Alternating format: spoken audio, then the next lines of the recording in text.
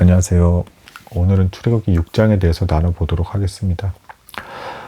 이제 6장 내용은 이제 뭐 주제를 굳이 먼저 말씀드리자면 이제 인간의 연약함과 하나님의 위로 뭐 이렇게 볼 수가 있겠습니다. 5장 후반부부터 좀 이제 내용 다시 살펴보겠습니다. 그 후반부부터 좀 살펴봐서 쭉 연결이 되기 때문에 이제 5장의 맨 끝에가 이제 어떻게 끝나냐면 사실은 모세의 한탄으로 끝납니다. 왜 나를 보내셨나이까 이런 말을 해요, 모세가. 근데 이것을 놓고 잘 보시면 인간적으로 봤을 때는 모세는 이미 대단히 훌륭합니다. 그런데 하나님의 기준에서 봤을 때는 여전히 이제 부족한 모습을 보여주고 있다. 뭐 이렇게 살펴볼 수가 있겠습니다. 왜 그러냐면 이제 5장 후반부에서 모세가 한탄을 할 때 결과적으로 이제 어떤 내용이 나온 겁니까? 모세와 아론이 잘 순종을 했는데 이스라엘 백성이 힘들어진 거잖아요. 그래서 이스라엘 백성들조차도 바로는 뭐 당연히 미워하고요. 이스라엘 백성들조차도 모세와 아론을 또 이제 배척을 하는데 여기에 대해서 모세가 한탄을 할 때 내가 힘들다라는 표현을 쓰지 않아요. 이건 참 놀라운 부분입니다. 그러니까 이제 40세 때도 한번 이제 뭔가 시도를 하려고 했다가 도망가게 됐잖아요. 그러니까 이스라엘 백성들이 모세를 인정하지 않았죠. 지금도 이제 비슷한 상황입니다. 기껏 순종을 했는데 이제 이스라엘 백성들이 또 모세와 아론을 이제 싫어하게 된 그런 상태입니다. 근데 그럼 이제 어떻겠습니까? 모세 입장에서는 대단히 섭섭하고 그리고 그 자리를 피하고 싶고 이제 이런 마음이 들겠죠. 개인적인 입장에서도 일단 큰 상처가 됐을 거랍니다. 마음에. 근데 그거에 대해서는 하소연을 하지 않습니다. 모세가. 그러니까 이스라엘 백성이 힘들어졌다라는 걸 하소연해요. 대단히 이제 미안하고 이제 죄송스러운 마음이 들기도 했겠죠. 이스라엘 백성에 대해서. 그래서 그걸 말을 하고 있고, 그것만 놓고 봐도 모세가 얼마나 온유하고 성품적으로 부드러운 사람인지를 좀 알 수가 있습니다. 내가 힘들다라는 건 지금 이 상황에서 얘기하지 않는 거예요, 지금. 그리고 이제 이스라엘 백성이 어렸습니다. 이걸 가지고 하면서 왜 나를 보내셨나이까? 이런 말까지 하고 마침내는 왜 구원하지 않으십니까? 라는 말까지도 항변을 해요. 근데 이 말은, 근데 여기 이 말은 이제 모세가 잘못 말한 겁니다. 왜 그러냐면 출애굽기 3장 후반부에서 분명히 하나님께서 여러 가지 이적으로 이제 바로를 쳐야 그래야 이제 놔주게 될 거라는 걸 분명히 말씀하셨습니다. 뭐 아직 뭐 여러 가지 이적을 베푼 것도 아니죠, 사실은. 그리고 이제 4장에서도 도중에 그런 말씀을 하세요. 뭐 이제 그 애굽의 장자를 내가 죽이리라 이 말씀을 하세요. 그러니까 여러 가지 이적 그리고 마침내는 애굽의 장자가 죽어나가는 어떤 일까지도 발생을 해야 이제 이스라엘 백성이 이제 노임을 받게 되는 이제 그런 상황이 될 것이다라는 게 이미 다 모세가 계시를 받았습니다. 근데 이제 모세는 아직까지도 이제 왜 나를 보내셨나이까 라면서 이제 핑계를 대는 듯한 모습 그리고 원망조의 어떤 하나님에 대해서 대하는 모습이 남아 있습니다. 그런데 그럼에도 불구하고 하나님은 모세를 위로하시더라. 어떤 방식으로 위로를 하셨냐? 여러분 아브라함도 사실은 뭐 믿음의 조상이라고는 하지만 이삭이 금방 태어나지 않았기 때문에 도중에 실수도 하고 의심도 했죠. 근데 그때 이제 하나님께서 밤하늘의 별을 보여주시면서 너의 자손이 이렇게 많을 거다라고 다시금 말씀을 보여주시고 위로해 주셨습니다. 뭐 이삭도 사실은 뭐 잘못한 부분이 있었죠. 그러니까 야곱을 축복해야 되는데 에서를 축복하려다가 이제 묘한 일이 발생을 했고요. 야곱도 뭐 사실은 이제 뭐 에서가 죽이려고 하면서 도망간 일이고 여러 가지 이제 뭐 이제 그 인간이기 때문에 나오는 어떤 잘못들이 있었잖아요.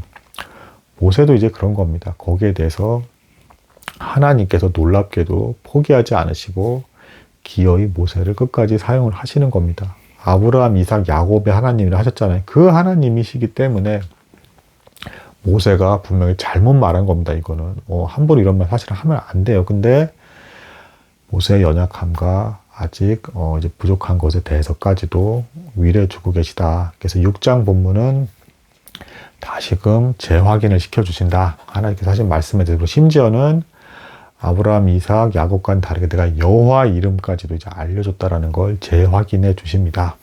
그러면서 이제 마침내 내가 너희를 구원할 거라는 걸 재확인해 주시고 거기에 대해서 모세는 여전히 이제 그 뭐랄까 물론 굉장히 지금 하고 있는 사역이 굉장히 어려운 사역이긴 합니다. 목숨의 이제 어떤 생명의 위협까지도 받는 그런 다급한 상황이긴 해요. 그렇긴 한데, 2번씩이나 이제 중반부와 후반부에 저는 이제 입이 둔한 자이니이다. 또 핑계를 댑니다, 모세는.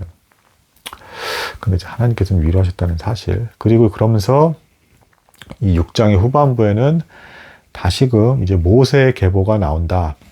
근데 특이한 점은 이제 루벤, 시몬, 레위, 이 앞에 있는 그 야곱의 아들 중에 앞에 있는 첫째, 둘째, 셋째의 계보만 나오더라. 어떤 느낌이 드냐면 이 부분은 사실은 신약에서 마태복음 1장의 예수님의 계보를 보는 느낌. 여러분, 뭐 예수님의 계보가 뭐 특별히 뭐 대단한 족보고 막 엄청난 집안이고 흠도 없고 죄도 덜 저지르고 뭐 그런 집안의 계보였습니까? 아니었죠.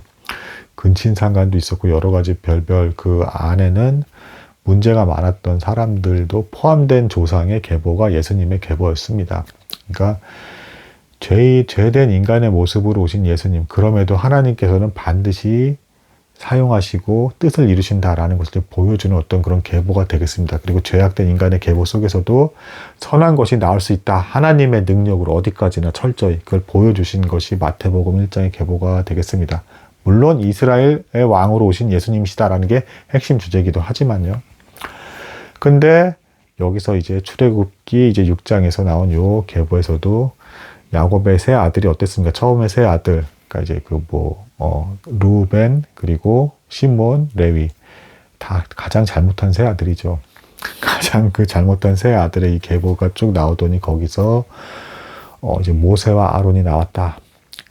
그러니까 이제 어떻게 보면 가장 결함이 있고 문제가 있는 것 같은 가문 족보, 그러니까 혈통이나 육정을 보지 않으시는 하나님의 속성이 여기서도 그대로 적용이 되는 겁니다. 그래서 그런 집안에 있는 모세와 아론조차도 기어이 하나님께서 끝까지 사용하시고 자신이 두신 뜻을, 계획을 반드시 이루신다. 라는 어떤 위로의 메시지와 본문이 되겠습니다. 참고로 20절에 보시면 이제 그 모세는 이제 아버지와 어머니가 이제 근친 상관 관계로 이제 보여집니다.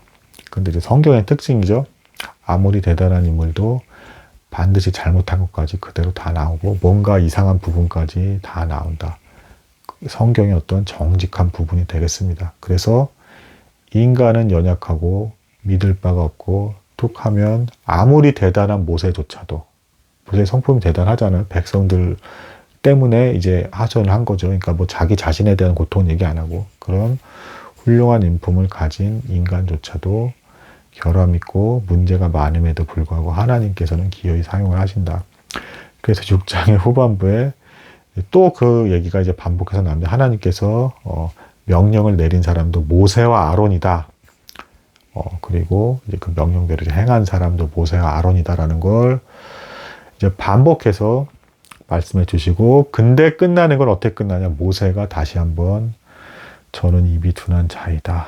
그래서 인간의 연약함을 다시 한번 보여주면서 하나님은 반드시 이 사람을 끝까지 사용할 것이지만 모세는 여전히 연약함의 모습을 보여주는.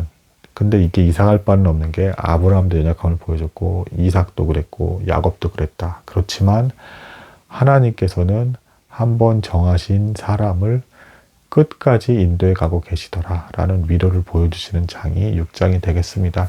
오늘도 나누게 되어서 감사합니다.